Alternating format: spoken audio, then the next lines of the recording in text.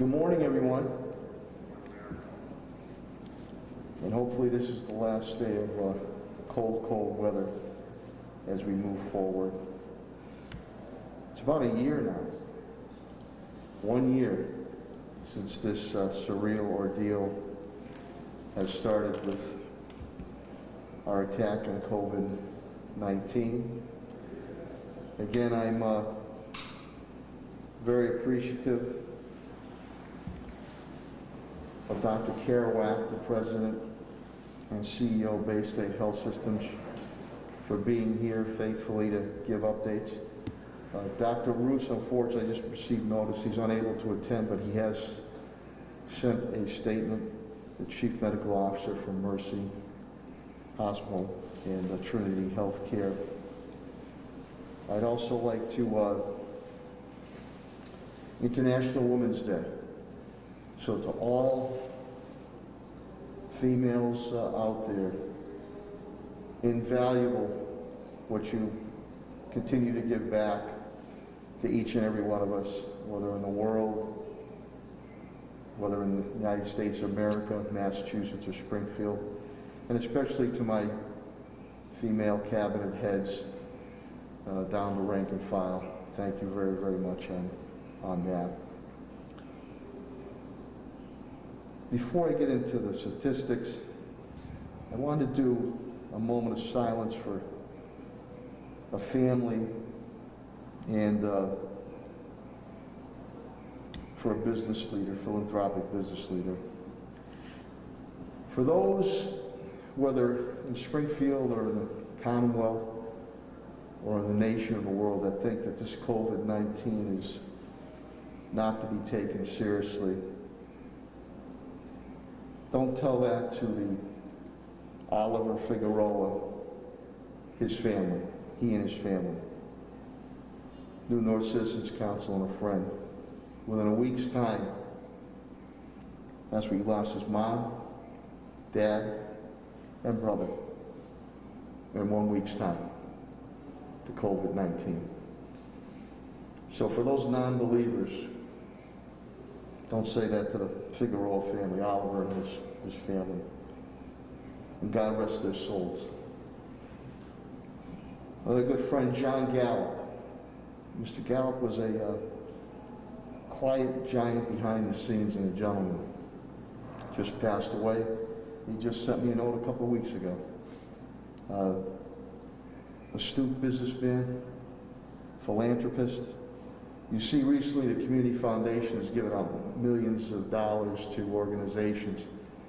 John Gallup started that many years ago to give back.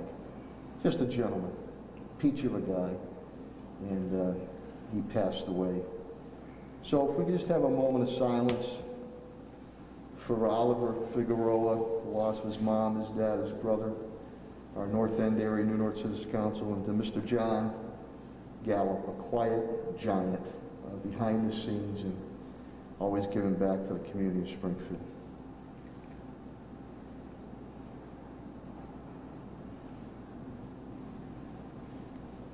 May God rest their souls. And sympathy, thoughts, and prayers and encouragement to their family and friends. Since this ordeal has started, COVID-19, total confirmed cases in Springfield, 18,147. The numbers are skewing better. Commissioner Colton Harris continues to give me. Monthly, we're at 312. Weekly, we're at 391. The deaths, one is too many, but we had 6 more Springfield residents who passed, and again, our thoughts and prayers and sympathy and encouragement go out to the affected families and friends. That brings a total of Springfield residents who have passed away with COVID-19 to 224. Of that, 94 are white, 48 are black, 75 are Hispanic, 7 are Asian. The percentage breakdown on white is 41.9%, on black 21.4%, Hispanic 33.4%, Asian 3.1%. It seems that the long-term care facilities, again, have really been able to stay status quo, which is good. That's where the initial hit came a year ago. That stayed 59. That's been 59 for quite a while, 26.3%. Residential is marked up to 165 that have passed, 76.3%. Again, I want to thank my cabinet heads down the rank and file. They have been tested and true through a number of natural and man-made disasters, and I want to thank their families. I want to thank Focus Springfield, and of course I want to thank the members of the media for always faithfully being here and getting out this pertinent information. Thank you very much. TV, radio, print. It's always great to have our sign language professionals that are here. Thank you very much, ladies. And I want to thank you, the viewers, the residents of the city of Springfield, and the business community, and other viewers from around Western Mass area, for your continued patience, collaboration, and cooperation. We're headed in the right direction. We can't let our guard down. We must stay ever vigilant, and we'll continue to work together, and soon someday we won't have to wear these masks, and soon someday maybe we'll be having a laugh on the masks or different design masks we used to wear a while ago. From Commissioner Helen Carlton Harris, again, she's been a dynamo. She continues to her meetings, the neighborhood type aspects. I know that she continues to work very closely with State Representative Buddy Williams with the Black COVID-19 Coalition. Governor Baker, Stop the Spread testing with our great partner, AMR. Patrick Leonardo is here, Director of Operations. Continues at the Eastfield Mall. With Helen, we continue to do stuff in neighborhoods testing, Rebecca Johnson, Kennedy, and Putnam, again, working with the Black COVID-19 Coalition, State Representative Bud Williams. Eastfield Mall, again, Governor Baker's with Curative, the mass vaccination site, continues to run, and it's has been running much, much smoothly since our intervention of it. It's just a point of getting, as the governor's indicated, more vaccines from the federal level to increase appointments. But I've had feedback once people are able to get in there that it's very smooth, 20 to 25 minutes, and it's been fine. Helen and I, and with my Chief of Staff, Tom Ash, we spoke again with State Public Health Commissioner Monica Burrell late last week for our neighborhood vaccination sites. Helen has a plan all ready to go, and we're just awaiting the federal vaccines, and hopefully more federal vaccines will come down and that can be distributed. We feel good that if they get the vaccines, that Helen and I, working with AMR, can start to do the neighborhood vaccines, especially affecting our brown and black populations and underserved or hard to reach populations. Tomorrow we'll announce a partnership with the Springfield Housing Authority, Helen, myself, and Executive Director, my former Chief of Staff, Denise Jordan. The state and Fed specific vaccination or vaccines has come down to deal with housing authorities, and we'll be announcing our partnership again. Those are difficult individuals many times to get, especially many of our senior population in those housing authorities. So we'll announce that tomorrow. Speaking of our senior citizens, we continue the home delivery of meals for those who are in need. Again, I want to thank Helen, I want to thank Sandy Federico, Elder Affairs, and TJ Plant Vanpool, which we utilize on that. Our telephone banks continue.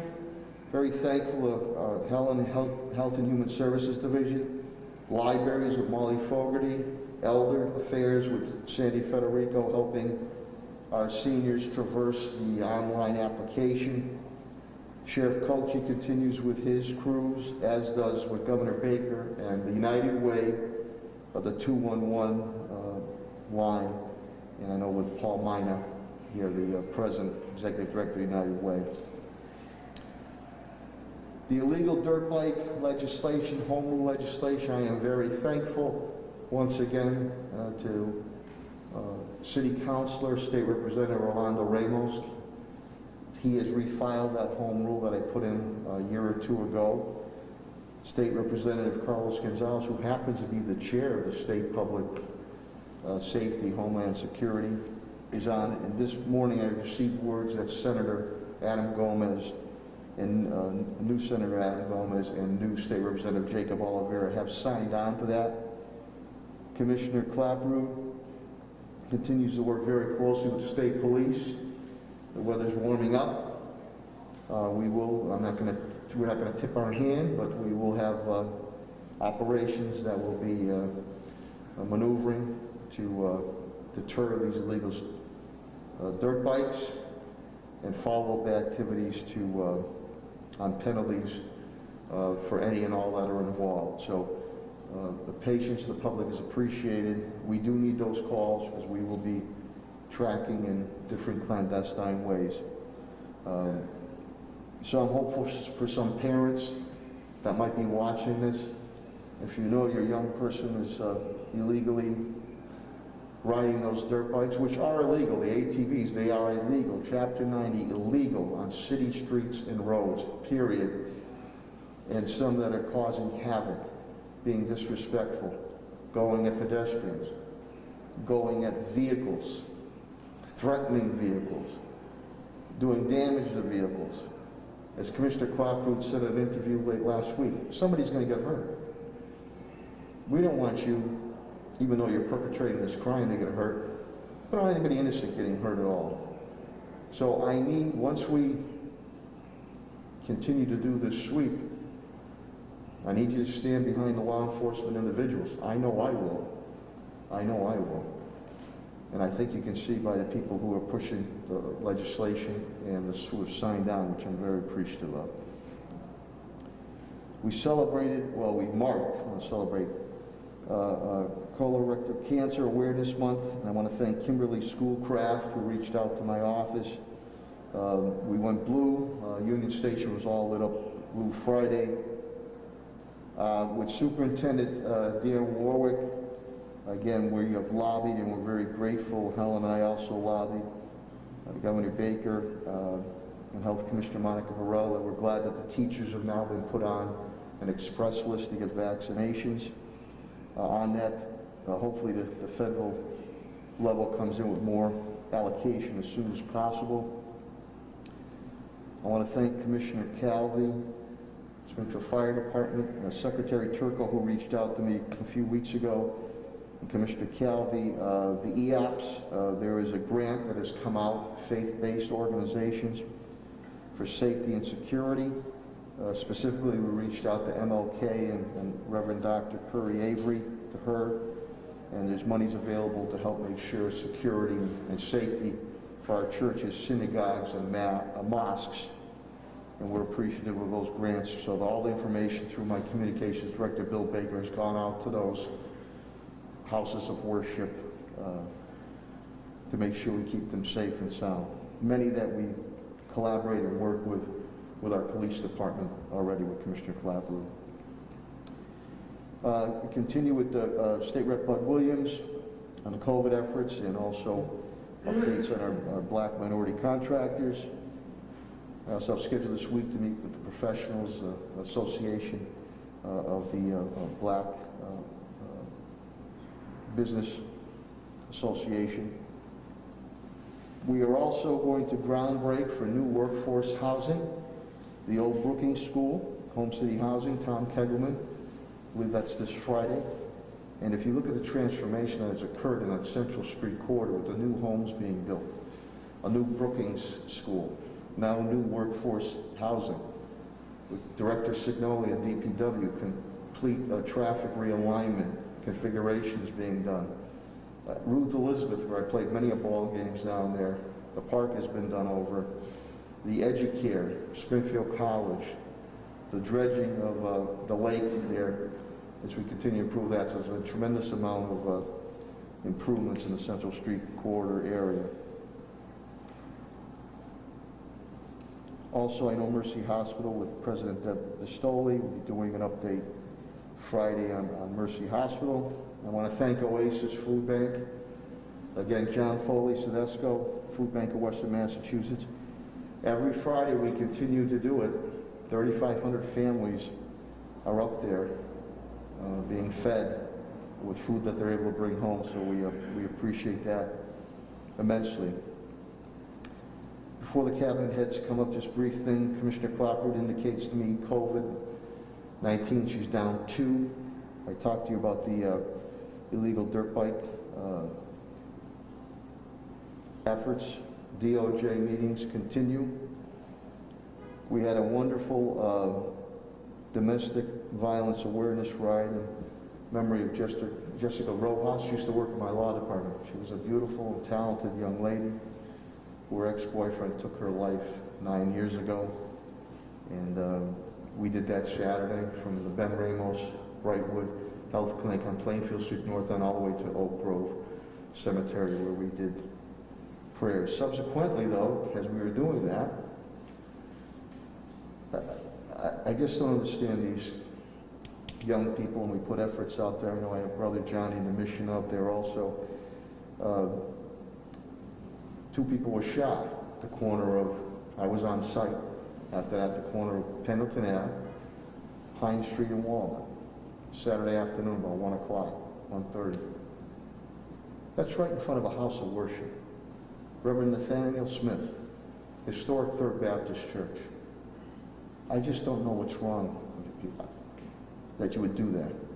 Detectives, the individual known to police, again, not being cooperative, but they're working it hard, as they are with the McDonald's situation that happened a couple weeks ago. And I'm confident that arrests will be made in that very, very shortly. But just to think the audacity, people shooting at each other, which is wrong to begin with, but in front of a house of worship, historic Third Baptist Church. Police can't do it all. I need families and parents and young people to step up. But we're following leads, and again, I think you'll hear about arrests shortly pertaining to the McDonald's Main Street situation, and hopefully shortly pertaining to what occurred Saturday afternoon. The fire department, again, Commissioner Calvi indicates to me is down 2. I want to thank Commissioner Calvi and AMR, Patrick Leonardo. We can't say thank you enough. We had AMR sponsored a big cake for our hardworking unsung heroes dispatchers, emergency dispatchers, combined dispatch center that we have now. That was late last week we did that. Director Chris Signoli indicates, knock on wood, nobody's out with COVID-19 at DPW, which is very good. It's pothole season. Please, whether you call my office or call 311, please call 311, because then they can track it and get it to DPW, especially if it's over the weekend. So please call 311. The units are out there. Director Signoli indicates to me that the street sweepers will be starting today as we traverse through our neighborhoods, and that the utility, you're going to start to see with the warmer weather, utility construction work is going to start. Superintendent Warwick has plenty of updates to give you. Meals, students and families, we have now served 6,471,924 students and families since this ordeal has started. Breakfast, lunch, dinner, snacks. Just over the weekend, 80,852 were served.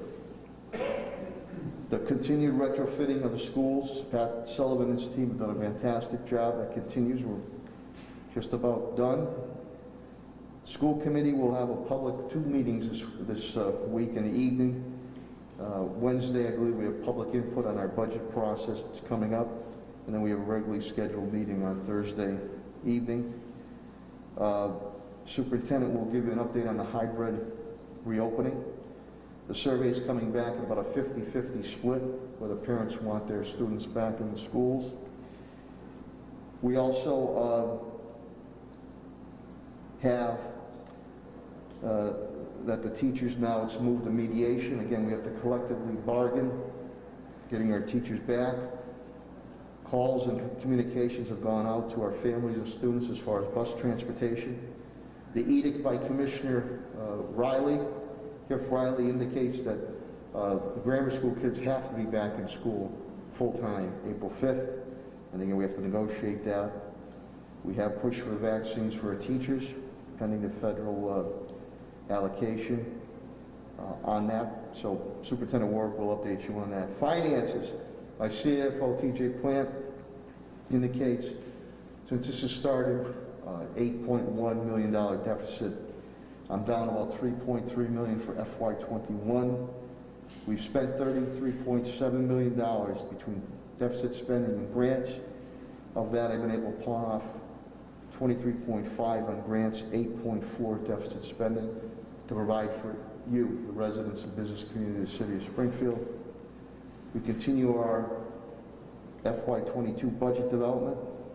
We are monitoring very closely, and we're very appreciative of Congressman Neal's efforts on the federal level.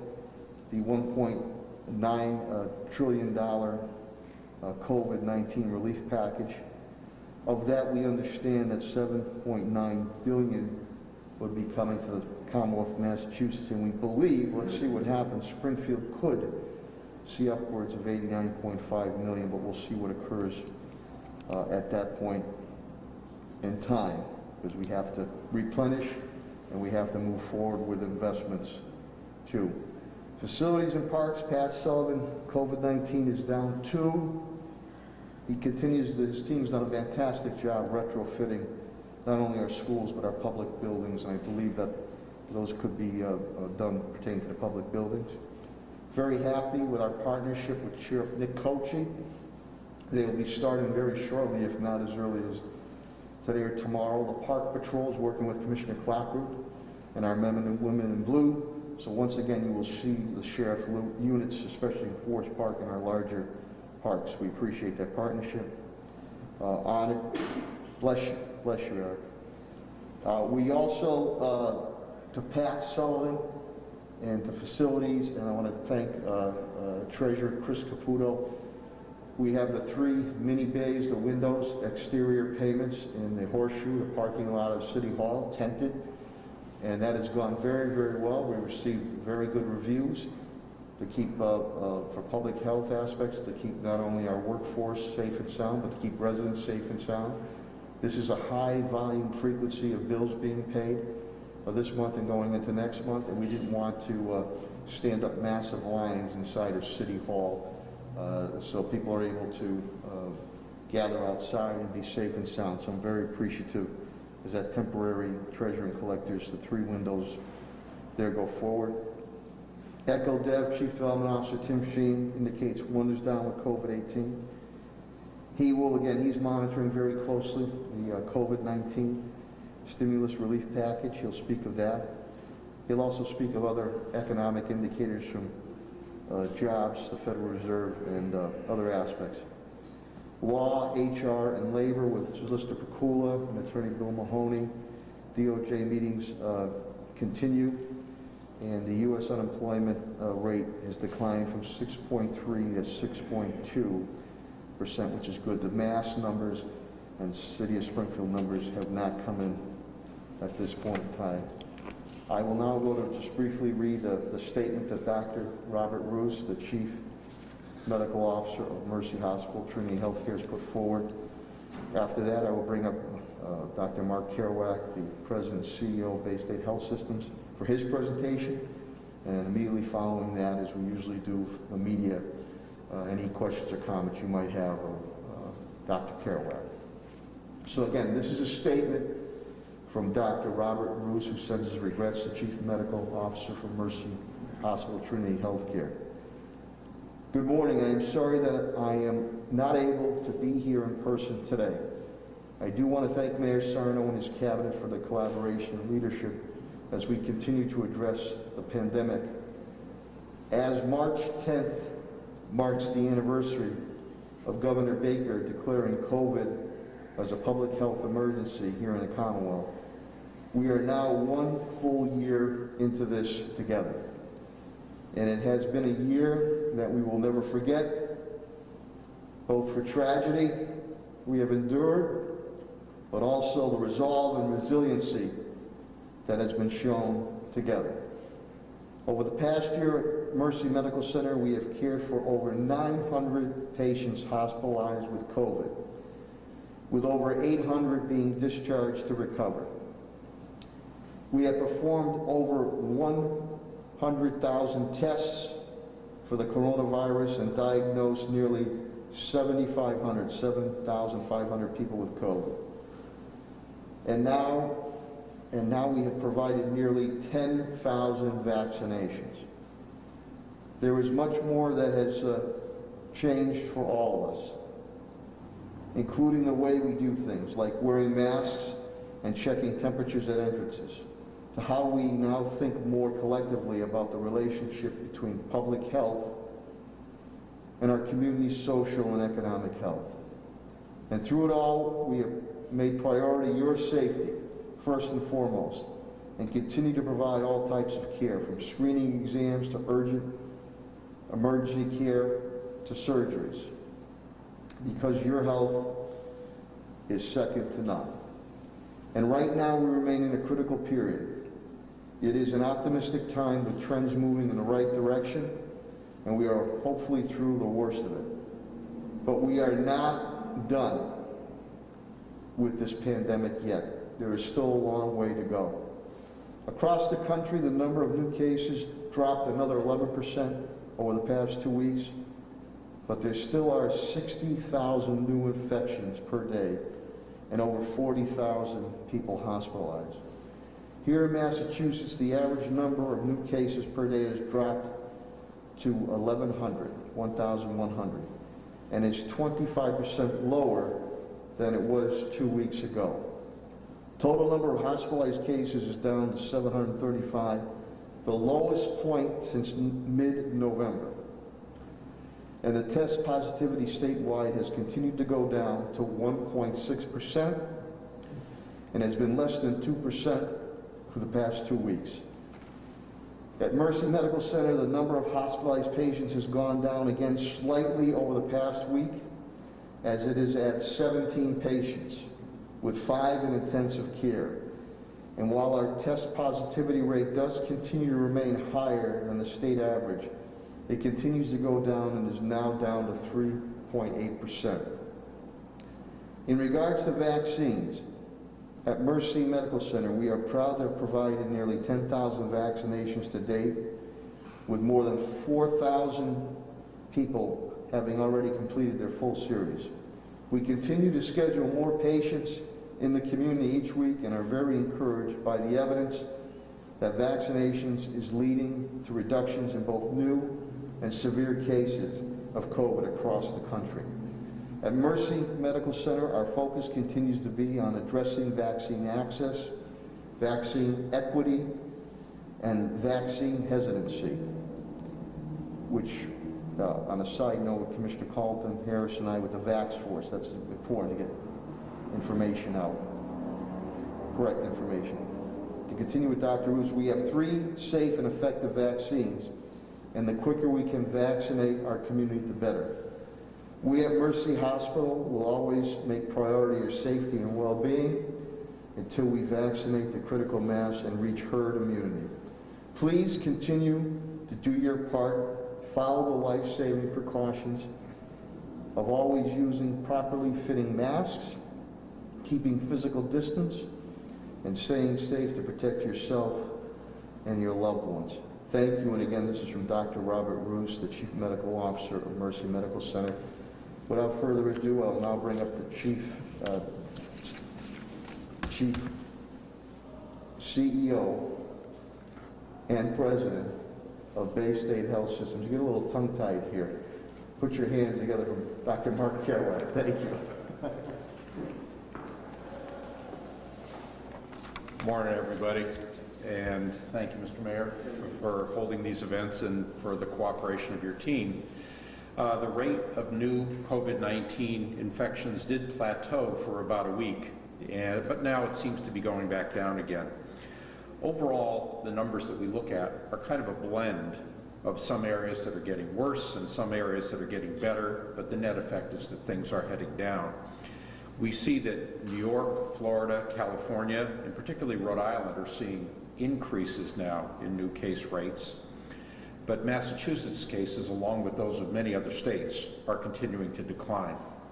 Even within the state, some towns near here are seeing increases. Chicopee and Ludlow, for example, entered the red zone in the last couple of weeks, while others, like Amherst, are showing decreases. But the net effect is a lowering. The numbers are kind of lumpy-bumpy when you try to follow them, but there are some very clear trends that are happening in terms of the kinds of places where we're seeing increases and decreases. Places where vaccine rates are high and folks are still following the rules are doing very, very well. Nursing homes are a good example of that. We don't talk anymore about new cases or deaths in nursing homes the way we did months ago. On the other hand, places where vaccine rates are low and people are not following the rules are doing much worse. Some college campuses are a good example of that. The U.S. is close to 29 million cases, 524,000 deaths, daily new cases in the high 50,000 rates, which is still a pretty high number, about 1,400 deaths a day. The British variant is now the cause of about 20% of new cases here in the United States, 30% down in Florida. We have sent many, many samples from our patients at Bay State Health, but have not seen that or any of the other variants thus far. But we do know that there have been isolated instances elsewhere in the state. I remind you that Britain itself is getting this variant under control with a program of vaccines and the public health measures. So it's important that we, as the public, as well as the media, not overreact to the variant news. It's really important for us to see what happens to real patients and real communities and not go overboard with respect to the way the virus may behave in a laboratory. I'm not going to go over the Massachusetts data since Dr. Roos did, but we'll tell you that at Bay State we continue our slow decline as well. Today, 64 cases across the system, 57 in our Springfield campus, 7 in our community sites, and 9 in critical care. Our test positivity rate is 3.2%. The vaccination program at Bay State Health is continuing to move through phase 2. Educators become eligible this Thursday, in addition to those over 65 or with more than 2 chronic conditions, 2 or more chronic conditions. The U.S. has given out 90 million doses. About 60 million people have gotten at least 1 dose, and that's nearly a quarter of the adult population. We're up over 2 million shots a day, which really puts us on a pretty good pace. By my math, if we get up to 2.5 million a day, we're going to be able to get the job done by June, assuming everyone continues to accept vaccine and we keep up the pace. Massachusetts has administered 2.1 million doses, 1.4 million adults receiving at least 1 dose. We also saw the appearance of J&J last week. 12,000 doses of J&J were administered by some centers in Eastern Mass. We've yet to see it here in the West. The rate of giving shots is up to about 44,000 a day. Remember, we need to be at 40,000 first doses and 40,000 second doses each day. And I don't think we're going to get close to that until we see a significant increase in the federal allotment, which we do expect later this month. We received our usual allotment of both Moderna and Pfizer last week. We're averaging about 800 to 900 shots a day. We apportion several hundred doses each week, both to Franklin County and to our 3 health centers in Springfield. Anywhere up to 100 shots in rotating days in our 3 health centers. And that includes individuals from the Springfield Housing Authority with whom we're working along with the Department of Public Health. We are directly contacting our high-risk patients to help to schedule them. We also do remain open to the public on our Holyoke site through our mass.gov apps but like every place else, the appointments do go fast. Vaccine appointment availability at Bay State can also be found directly on our website at baystatehealth.org. The mayor, local legislators, and I have all been advocating with the governor and Secretary Sutters for additional public sites here in Springfield, given that many people find it difficult to get over to the mall.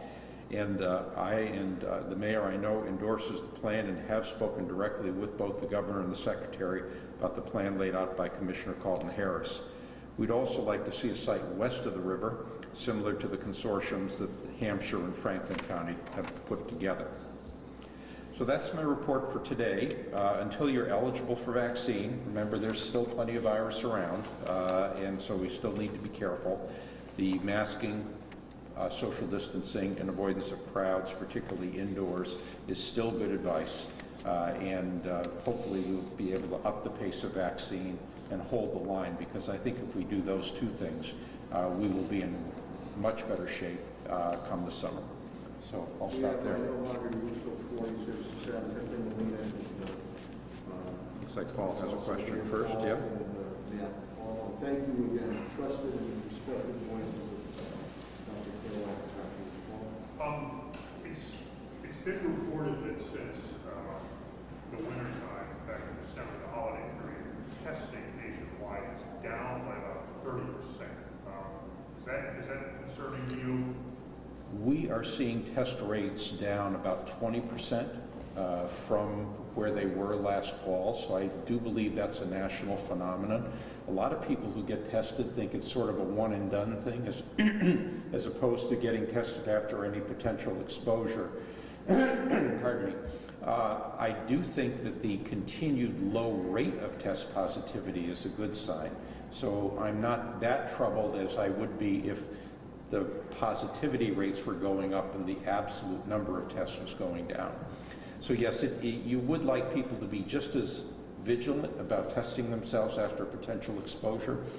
I suspect that a lot less testing is being done because a lot more vaccination has happened and a lot more people have already gotten the virus too. Mr. Carroll, I just want to clarify something you said before about like the net cases are down net, and some places are up, some places are down. Are you referring to like a few weeks ago when there was some kind of increase, maybe in the kind of catch up to from the storms that have been going on before this? I wasn't familiar with any particular increase very recently in any of those states. Right. Well, if indeed the testing lags as a result of weather or whatever, you can see artifacts of things going up and down, and it's already kind of a lumpy, bumpy curve. What I was really referring to was real differences in transmission happening.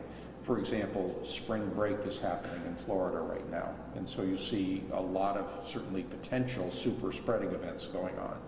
What's it called? The Blarney Bash? The Blarney Crawl happened last weekend, and hopefully we won't see anything from that. But I'm talking about actual social events where people congregate without masks and run the risk of having a super spreader event. And I was just thinking, just maybe, say a couple words about you mentioned we are getting roughly a year from when the emergency declaration was happening. Looking at, Springfield or Western Mass generally, do you have any thoughts about how we've done, what we might have done better, or what we should be proud of compared to other parts of the country?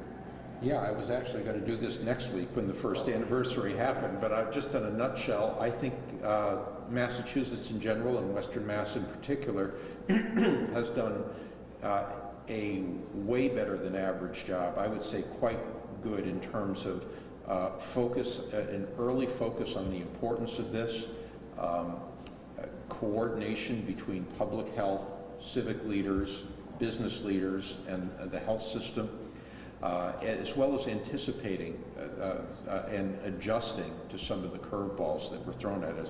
I think you have to remember that Massachusetts was one of the early states, and we were the third highest state in cases and deaths for a while there after New York and New Jersey before it went nationwide.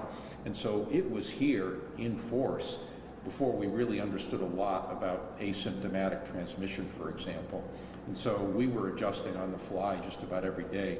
At Bay State, we went from 1 to 180 cases with 0 to 40 in the critical care units in just 3 to 4 weeks. And those were wild times, and not being able to test anybody during that time. After 22. Just to follow up a little bit briefly on that, in terms of like, you know, I know you mentioned before about how Bay State, I guess, was lucky to have, you know, good respiratory, pulmonology, the department and so forth. You know, is there any particular area of, you know, medical sense that you're glad that your facility was able to kind of, you know, stay ahead of this in a way? Because I think we did have relatively low death rates, but it wasn't that rush to get people on ventilators, which turned out to be bad. Just kind of briefly think about some thoughts about how medically you guys were perhaps a little bit better prepared, or maybe you just were lucky. You know, that's the way to see it. Well, I think, you know, there's a great quote from Louis Pasteur, which I like, which is, "Chance favors the prepared mind." Yes, we may have appeared lucky, but I think a lot of the things we did were not due to chance. We had a special pathogens team that had been in place since 2014 that was getting us ready many times for false alarms for things like Zika and SARS. They were sounding the alarm bell on COVID right in the middle of January. And we stood up an incident command team about a week before we even had our first case. Dr. Artenstein, who's our chief physician, is a vaccine expert. He and I, on Friday the 13th, I remember it well, visited the editorial board of the Republican to say, this is coming and we need to take it seriously. That was days before our first case, or the first case in Springfield. So I think that we were prepared for this. There were some parts of it that really kind of threw us for a loop. The asymptomatic spread thing was a surprise, and the ability to sort of flex away from early mechanical ventilation, I think, was able to lower the burden and actually save lives. So there are a lot of things we did right. And obviously always things that we wish we could have done differently. And Doctor, it seems, you know, as you were saying, we're progressing in the right direction, but kind of just an update on these new variants. I know there's still a lot of concern about it, especially for people who have not gotten the vaccine yet. How has the variants, have they had any impact on our progress or could in the future? I think it's hard to say, and I think there are far too many scientists and experts who are getting up and saying maybe this and maybe that about the variants. We know that the variant, which is essentially the dominant strain in England, has been contained through a program of vaccination and masking and social distancing. It's, you know, people get on TV, and unfortunately, I think the media is kind of overreacting by people saying possible this, possible that. You really need to focus on what's really happening in terms of the spread of the virus in real human communities, rather than the way it spreads in the laboratory or how it reacts in the laboratory. So I don't spend a lot of time sweating out the variants. I sweat on the velocity of vaccine administration and how well people are hanging on in terms of the protective measures. If we do that, we're going to be okay. And just one more question. I know you mentioned college campuses where, you know, part of what you were saying before. Spring break coming up, do you fear that there are any worries that students go away for spring break, especially to these warmer states where some restrictions have been very lax? Yeah, I mean, I think we're close to the finish line here, but we still could blow it, you know? I think we still could have a resurgence of cases if people just gave up on all the things that we know contain this virus or decided not to get vaccinated. You know, all the rosy predictions I've made about having a pretty normal summer depend on us doing what we're doing, which is following the precautions and getting upping the rate at which we get vaccinated. If we decide to lose religion on either of those things, we could be in trouble again. And, you know, as was the case back late last year, the greatest risk in terms of upping the number of cases would be young people who decide that they're really not that worried about COVID, even though they may be vectors for people who might get really sick. I guess any advice to students who may be thinking about traveling or maybe going with groups of people? Don't do it. Any other questions? I know virtual spring break is almost a contradiction in terms, but this is not the year. I got to say, we're very lucky to have, not to be standing here, Dr. Carroll, highly respected, trusted individual, not only in Commonwealth, but in the nation. But three things that he really jumped out in front. On the ventilators, he was one of the first ones to say we're going to avoid them at all costs, different techniques that we were doing. He partnered with Helen and I on the homeless, as we put out our own tenting facility and we worked together to nip that in the bud. He also was on Governor Baker's on the reopening committee there, giving not only medical but business.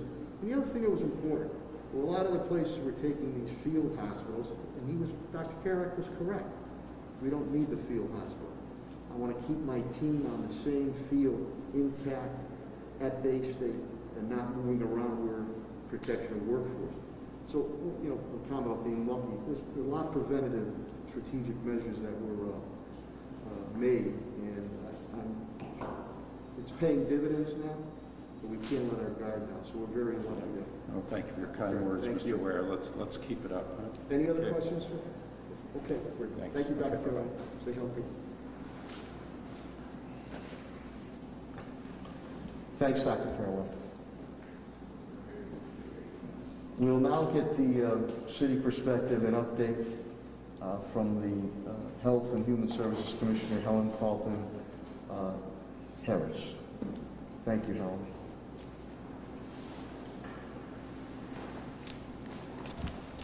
Thank you, Mayor. Let me start by adding my voice to say happy International Women's Day. It is important to acknowledge women across this nation who have an amazing impact on all facets of our society. So I join in celebrating you today. It has been almost a year since we have had these press conferences and stood before you and tried to give you credible information as it relates to COVID. I recall March 6th when the mayor called me back from a conference I was at, and he asked us to stand at that time, March 6, 2020, there were no cases of COVID-19 in the city of Springfield. Later that month, March 2020, there were 54. And so COVID-19 has been in our lives for a year. We've always said that it was physical, mental, spiritual, and emotional, that this virus has had an impact on every part of our health. And while we'll celebrate our numbers going down, we know that even when our numbers are under control, that this virus is going to have a lasting impact on our society and on the city of Springfield. We will continue to see the emotional impact and the mental health impact of individuals. We will continue to see physical challenges with individuals who have been impacted, and certainly our spiritual health has been challenged as well. And so while we will see the numbers go down, while we will defeat this from the viral load perspective, we will still, in our lives, be dealing with the after impact of COVID-19, I believe, for a very, very long time. And so while we prepare, we must prepare globally, we must prepare in all facets of our health. Our children will continue to be impacted, and families will continue to be impacted. So we will work to put the infrastructure in place to be able to support the residents of the city of Springfield throughout this process. The Commonwealth of Massachusetts has given us the numbers of COVID-19 vaccines that have been shipped to the state. As of March 7th, 2,429,720 doses of COVID-19 have been shipped to Massachusetts. and 2,117,862 doses, which is 87.2 doses, have been administered. Massachusetts has gotten the J&J vaccine, as Dr. Carraweg said, but it has been a limited supply. We are expecting to get more supplies of J&J vaccine later this month. Local boards of health have been asked to partner with vaccinating affordable housing units, as well as other private entity congregate settings. We will be working to make that happen, and there will be an announcement about that partnership shortly. We have sent a plan or spoken about a plan with the Massachusetts Department of Public Health around what we would like to do as far as vaccinations are concerned. We are waiting for approval, and hopefully that will come soon. And it's very important that we are able to get vaccine sites into those neighborhoods where it is high density neighborhoods, where individuals live closely together. So we want to make sure that we're setting up sites in those neighborhoods where we can reach our most vulnerable, marginalized, and underserved populations, many of whom are struggling as far as income is concerned. So we're very focused on understanding what we in the city of Springfield need to do, and we need the vaccine to be able to do that. I am appreciative of the mayor, who has continued to advocate, as well as our state legislators, Rep. Gonzalez, Rep. Williams, thank you. Continue to advocate to get vaccine sites in the city of Springfield, and we're looking forward to administering to our residents and working with houses of worship to be able to vaccinate congregations as well, and not just individuals who go to those houses of worship, but we want to have community sites where the community can access as well. I'm going to go to the data. The mayor has given you the overall total cases, 18,147, Sunday 79, Monday 45, Tuesday 77, Wednesday 51, Thursday 37, Friday 57, and Saturday 45. There were 58 cases in the 0 to 10, 73 cases in the 11 to 20, 69 cases in the 21 to 30, 46 cases in the 31 to 40, and 49 cases in the 41 to 50, 45 cases 51 to 60, 61 to 70, 24 cases, 71 to 80, 16 cases, and 81 to 95 cases, and 91 to 100, 1 case.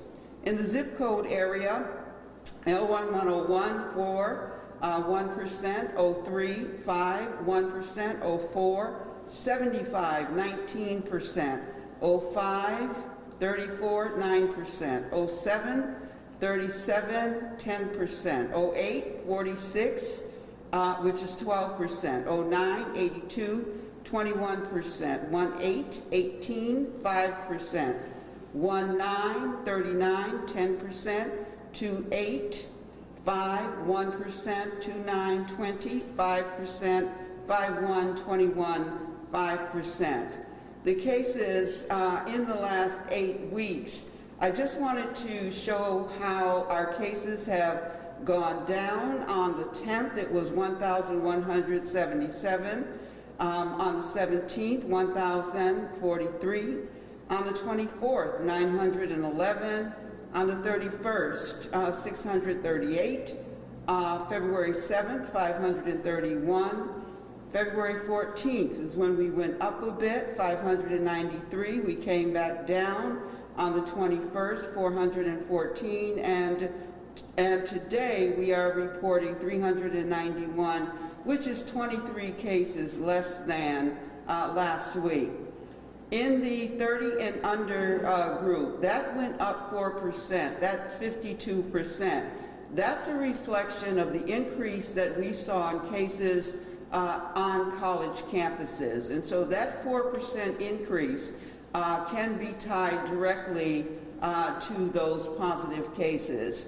The 31 to 50 is 25%. It was 26% last week. And then the 51 and older is 23%. And that was 26% last week. So in every category of demographics for age, our numbers are going down, with the exception of the 30 and under. And again, I attribute that 4% to some increases on our college campuses. Our highest month was 4,496 was in December. In January, it was 4,342, which was 154 cases less than December. And then in February, it was 2,170. So we have come almost 50% down as far as cases are concerned. So we are doing well as far as the decreases are concerned, and we want to make sure that we continue to see that number go down. In the race category, 28% was unknown, 2% Asian, 13% Black, African American, 26% Latinx, and 31% white. The deaths, we did have 6 additional persons in our city die. A 67-year-old Hispanic male, an 81-year-old white male, an 86-year-old Hispanic male, a 76-year-old Hispanic male, a 50-year-old white female, a 59-year-old Black female. We often stand and tell you that while we report the data to my left, each one of those numbers represents an individual, and each one of the numbers that we tell you when somebody dies represents an individual, represents a loss in a family, represents a void in someone's life. And so our sympathies, as the mayor says, go out to all of the individuals that we have lost, and that is 224. On March 16th, Mayor Sarno will host a town hall with VaxForce, which is our committee that has been responding and working towards credible information for our community. It is March 16th from 6 to 8. The VaxForce committees are healthcare clinicians, which will give vaccine information, research, gauging the public's attitudes towards vaccine readiness, operations, looking at distribution systems, education, institutions of higher learning and our public schools, faith, houses of worship, working with houses of worship, diversity, equity, and inclusion, develop strategies and materials for the population, our residents. And so our VaxForce committee, who I named last week, will be giving that information at the town hall. The CDC should be coming up with guidance within the next couple of days, or hopefully sooner, around individuals who are fully vaccinated. There have been not concrete information, I think. Individuals are asking for it to be streamlined in a way that we can absorb and understand. And so the CDC is looking and will be coming up with additional guidance. There have been some, but they'll be coming out with additional guidance, so we can look forward to that. Travel orders, Washington, Oregon, Hawaii, Puerto Rico, and Missouri are the states currently that you can travel to, come back to Massachusetts and not quarantine. We want to remind everyone that masks must be continued, or face coverings must be continued in the venues, because we know that restaurants are open at full capacity.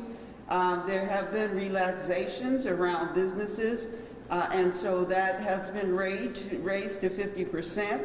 Indoor performance venues, concert halls, theaters, and other spaces are allowed to operate at 50%.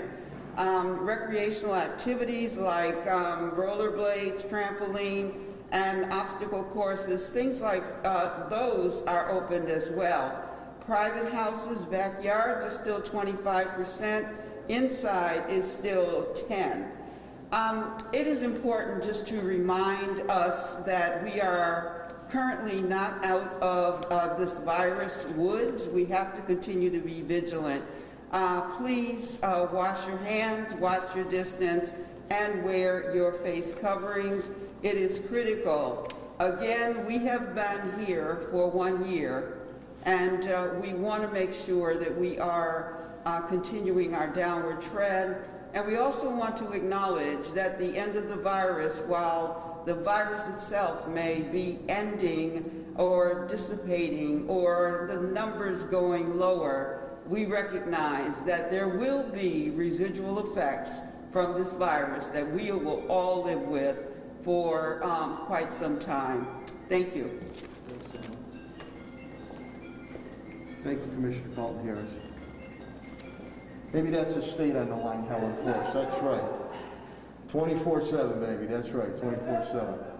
I'm going to shift a little bit because I know it's been a popular subject, but I'm going to bring up Superintendent Dan Warwick. I know he's got a big update. Then I'll go to our public safety component with Commissioner Clapper and Commissioner Calvi.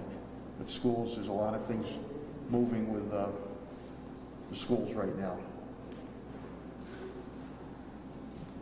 Superintendent of Springfield Public Schools, Dan Warwick.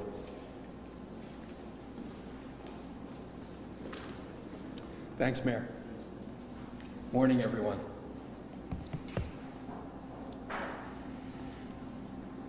As the Mayor said earlier, we're very, very proud of our staff and the Sodexo team for our meals program during this pandemic. They've really stepped up. It's almost a year now since we closed down, and we've provided 6,471,924 meals for our families. This weekend alone, 80,852.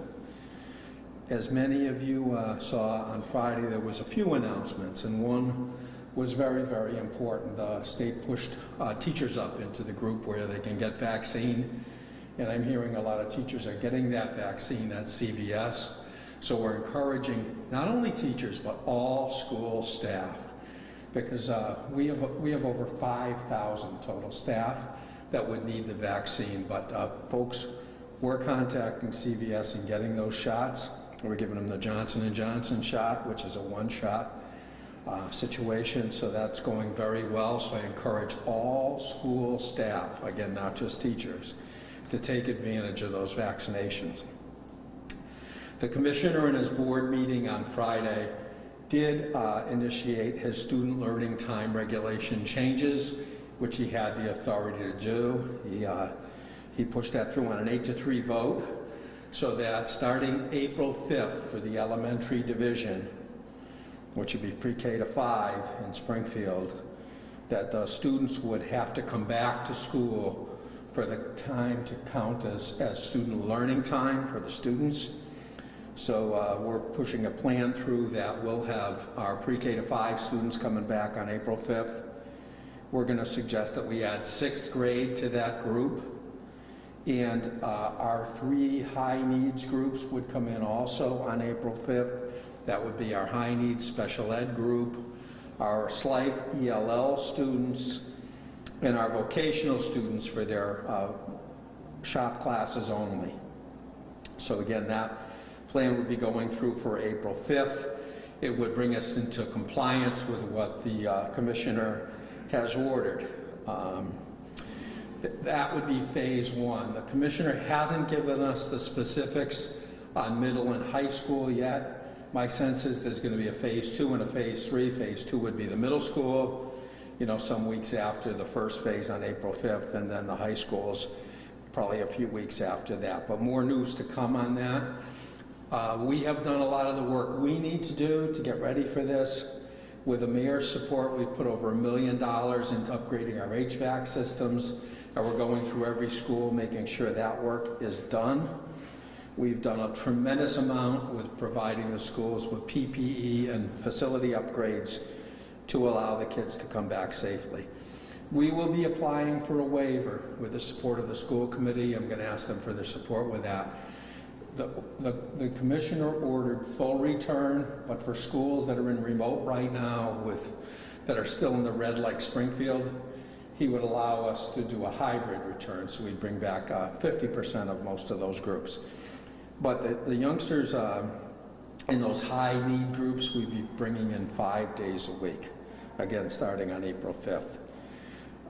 Pat Sullivan's just done a tremendous job on the facilities. The ventilation work is just coming along very well, and now we're going through and inspecting every school to make sure that's going to be finished. And we've done all the other work we need to get kids back in. Another piece of good news, we started our fall 2 sports, which for us is going to be football and volleyball. We tested all the kids, and 204 of our student athletes came back negative, so that was very positive, so we can get going with that program. And we're thrilled with that because that's important for our kids. Since the beginning of the school year, our attendance rate in remote learning is 92.2%, only 0.8% off the regular. So again, while we're getting ready to bring our kids back in this hybrid plan, we're still providing a quality remote program for our kids. And I'm very, very proud of the staff, how they've reached out to the families and delivered a quality program and kept the students and their families involved during these trying times. Thank you. Thanks, Mayor. Thank you, Superintendent Ward. We'll now go to the public safety component of the city update on COVID-19, and I'll bring up the Fire Commissioner of the City of Springfield, Bernard B.J. Calvi.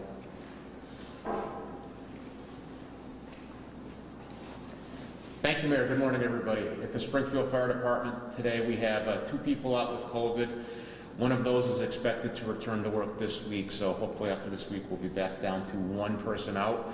That's my whole report on COVID this week. Thank you to the men and women of the Springfield Fire Department. They continue to stay vigilant and make sure the stations are clean, the trucks are clean, and everybody's being as safe as we can while we respond. That's it. Thank you very much. Thank you, Commissioner. Thank you, Commissioner Calvi. We'll now get the police update from the Police Commissioner of the City of Springfield, Cheryl Clapper.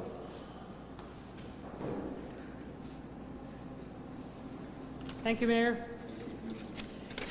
Springfield Police Department is down 2 with COVID, and like Commissioner Calvi, I think 1 is due back shortly, so hopefully next week we're 1 or none. Over the weekend, narcotics seized another illegal stolen handgun from an arrest that was made. We also had, as the mayor indicated, the double shooting that was in the area of Walnut and Pine Streets at about 1 o'clock Saturday. A total of 16 gunshots were fired. There's 2 victims. The female victim is already treated and released, and the male victim is expected to be released soon. The vehicle wanted by us in that shooting has been located. They are processing now. There's been 1 arrest made at this time. It's not related to the shooting. They also are making good progress with the murder investigation from McDonald's in South Main Street 2 weeks ago. That's progressing. I have also talked to the state police, and I'll get whatever help I need. Should this week the weather forecast hold out and you have some nice days, once again, it's going to be a 0 tolerance for those dirt bikes and illegal ATVs that take over the street. They're getting aggressive. They're starting to kick cars, kick off mirrors, and assault motorists. So I think we'll have a good game plan. It's multifaceted, and it'll send a signal that we're not going to be dealing with it all summer. So we'll be out there this week, and I will talk to Sheriff Cochee, and the Forest Park area and all the Springfield parks are important to us. So we again will seek his help in making sure that it's a safe environment for you to go and walk, or to go with your families or your dogs and have an enjoyable experience and not have to worry about dirt bikes and other issues that can arise. Thank you, Mayor.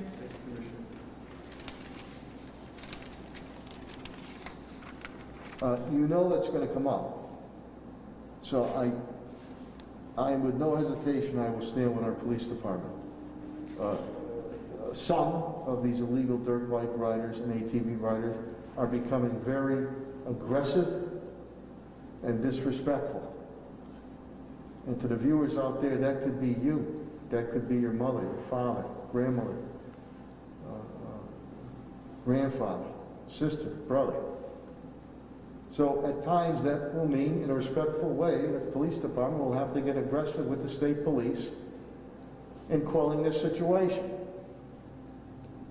for the good of the safety of the residents and the business community of the city of Springfield, and also for the good of those illegal dirt bike and ATV riders. So I don't want to hear any crying at all.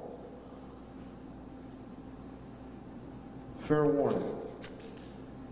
Commissioner Helen Carlton-Harris wanted me to give just a quick update. It's large enough where I can see it. AMR with Patrick Leonardo, by the way, again, great partnership. 154,489 individuals have been tested at the Eastfield Mall. Positive 14,375. Springfield residents nearing about 68,000, 67,318. And we just got word that the testing Stop the Spread has been extended till June 2020. And again, we're very, very appreciative of the fantastic partnership with AMR, Patrick Leonardo, and your team. Without further ado, we'll get an update from the Department of Public Works Director, Chris Signoli.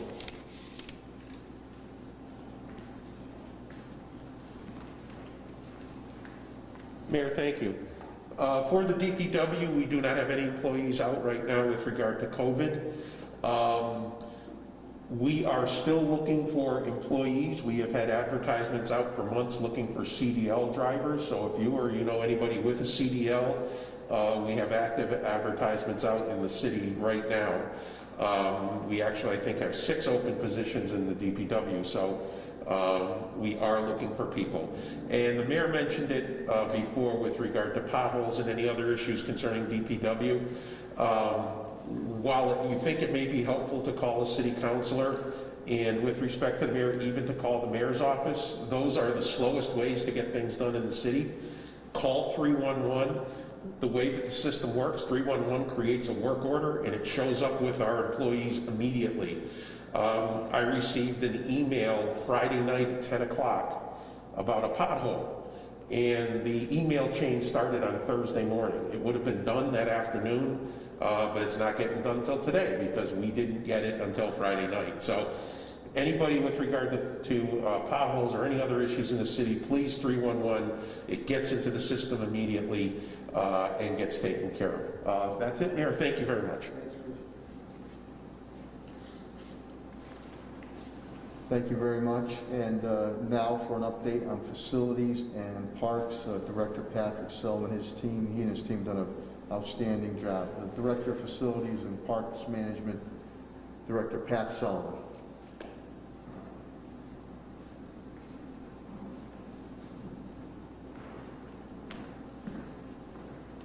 Thank you, Mayor. We have 2 out with COVID. We finished our second round of school tour reviews with Bob Kirchner, our industrial hygienist, and he's going to be working with the management of Holy Name and the Conservatory of the Arts for some modifications that he was recommending. At Holy Name, it's the windows, and then some additional air upgrades at Conservatory of the Arts. We don't see any issues with these requests. The spring weather is coming this week, thankfully, and we will ask everyone to continue to follow the CDC guidance. As our Commissioner of Health has stated, we are still red, so we want to protect everyone. And I just want to thank Commissioner Clapper and Sheriff Nicochi and the Mayor for providing the patrols in the park again this year. Thank you. Thank you, Director Sullivan. And again, Springfield's in the business of doing business, and Tim Sheehan, the Chief Development Officer, and his team done a great job trying to help our businesses, trying to market the city, and trying to continue to move economic development and job creation forward. Without further ado, the Chief Development Officer of the City of Springfield, Tim Sheehan.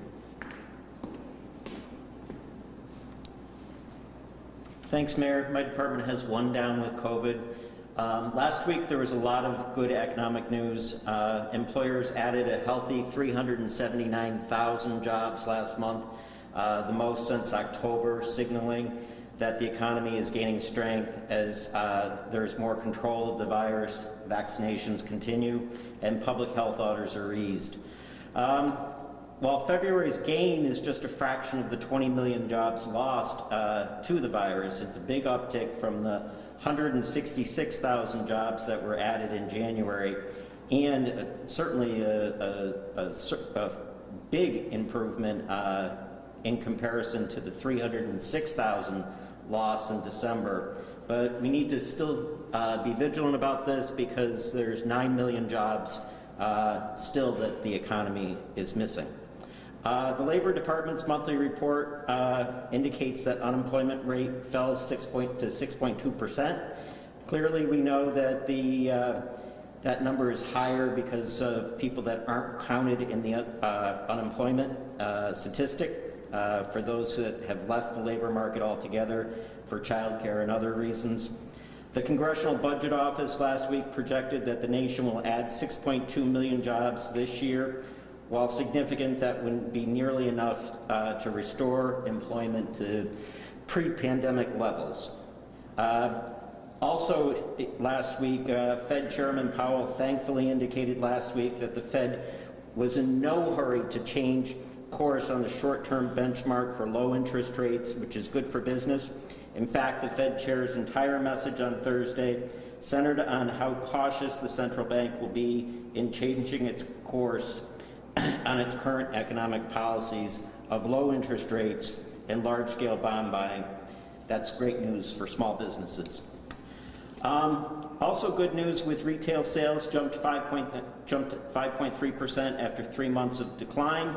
And finally, Congress seems ready to pass the Biden relief bill, which importantly recognizes the loss of income on the local and state levels, which will better position them to deal with the ongoing economic fallout from the virus through 2022 and provide stability to their workforces. The bill includes $350 billion for state government and $130 billion for local governments. The bill includes $350 billion for state and local governments and $130 billion for schools. The state and local piece breaks down to $195.3 billion for states and $130.2 billion for cities. Thank you very much. Thanks. Thank you, Director Sheehan. You've already received the update from my Chief Administration Financial Officer. I gave TJ Plain on finances, and updates from Solicitor Ed Bakula gave you, and HR Labor Director Attorney Bill Mahoney. And just a quick update, and I want to give thanks City Councilor Victor Davila. I did get notice late last week. He will be bringing out the fireworks ordinance and home rule that we put across some time ago last year. Commissioner, I believe they'll be on the City Council agenda March 15th. So I appreciate that we're moving on the illegal dirt bikes and we're moving on the fireworks or home legislation to put more teeth in that. We need to do that now, and I'm hopeful that the state delegation, I know, will back it, but that the overall delegation legislature will pass that. And I wouldn't be surprised if other municipalities or towns jump on that too. But got to give the teeth to our police department so they can be able to bring quality of life to our residents and business community. With that, we'll take any questions or comments you have. My cabinet heads. Yes, Audrey? I have a question for Helen. Sure. Commissioner Carlton Harris?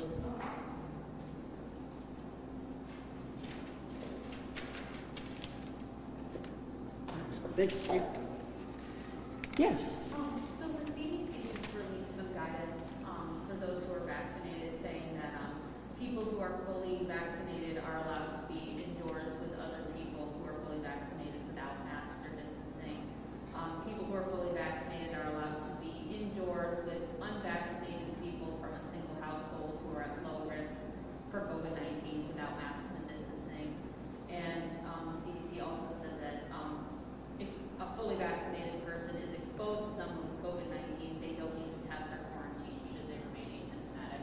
with some of that new guidance in mind, I guess, what's your message to people who are fully vaccinated and may now be able to, realize some of these new freedoms? In listening to the CDC guidance, first of all, let me say the CDC issues guidance, and it's very much appreciated. It then is guidance for the states who also will need to adopt the CDC guidance. So I would say that I am hopeful that the state of Massachusetts will adopt the CDC guidance and that we can get our residents in line to adhere. But listening to what has been said, I think it's reasonable. I think that it is something that we have been waiting for as far as the CDC guidance is concerned. As I mentioned earlier, people were quite confused about what does it mean to be fully vaccinated, what can I and what can I not do. And so I think this guidance helps us to sort of streamline our message to the public, but I would recommend that we continue to follow the Massachusetts guidance as it is put out so that we are all doing the same level of intervention in the Commonwealth. And I guess just as a quick follow-up to that, in this most recent guidance from this morning, they say that people who are vaccinated should still maintain masking and social distancing when out and about in public.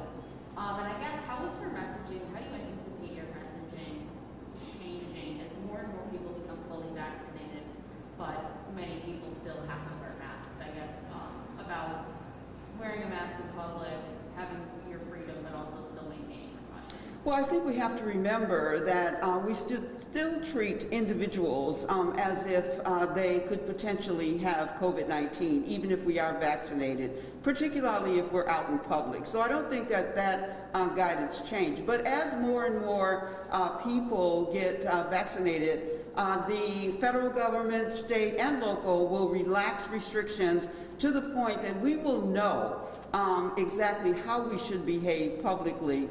This guidance was just put out, so I haven't had an opportunity to look at it. As you know, when I was up here earlier, I was anticipating it coming out. It's here. I'll take a look at it. But again, I think the public health messages that we've put out are something that people should adhere to. And as more people get vaccinated, those guidance will change so that we will all know how we should behave. Thanks, Audrey. Breaking news. I think what Commissioner Carlton-Harris also said too about that there's not conflicting messages, and no one's tainted with a scarlet letter. I mean, until we get to that herd immunity, it's not going to kill you to wear a mask, especially when you're out in public. And we don't want this to become political, which some places it has. The business owners and restaurateurs there, I mean, they have the right to tell you, you can't come in without any shoes on, you got to have a shirt on. Same thing with a mask. So some of the guidance, which you just broke now with CDC when you're home or people you've been with, fine, those things you can consider. But until we have the full herd immunity, I think, especially out in public, those masks should be worn and should be respected. Nobody should be ridiculed for wearing them, and vice versa. So conflicting messages that you've seen in other states, and also it becomes political, and people end up getting hurt. So we've been good about following that, and as we move toward the herd immunity, then I think you'll see straightforward messages on following the relaxation of certain public health restrictions. Till then, I agree with Tom. I mean, let's do what continues to work right now. Any other questions or comments, Paul? I got a question for Tim Sheehan. Sure, Director Sheehan.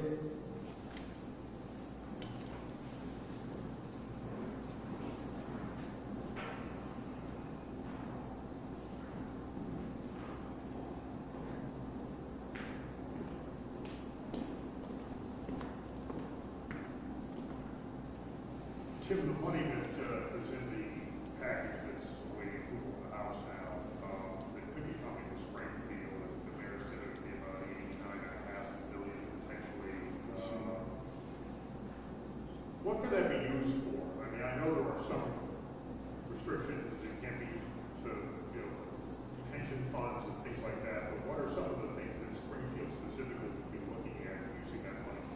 Well, there's various pools within that total allocation. There's a component piece for small business assistance, for example.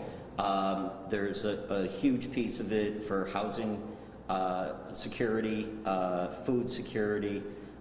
Many of the things that we did with the original CARES Act would ultimately be eligible. But there's also a pretty significant component that the city could basically use to offset lost revenue that the city has incurred because of the coronavirus. Thank you, Director Sheehan. Any other questions or comments? Yeah, Matt, go ahead, yes. Just a quick question, kind of in the same plane of what I would ask Dr. Carroll. Any thoughts on, what has happened over the past year, things that, you can do well, things you can do for them better, as we do come up on the anniversary of the declaration? Yeah, I think, again, I can't say enough about my cabinet heads and rank and file. Matt, you've heard it 10,000 times, tested and true through a number of natural man-made disasters.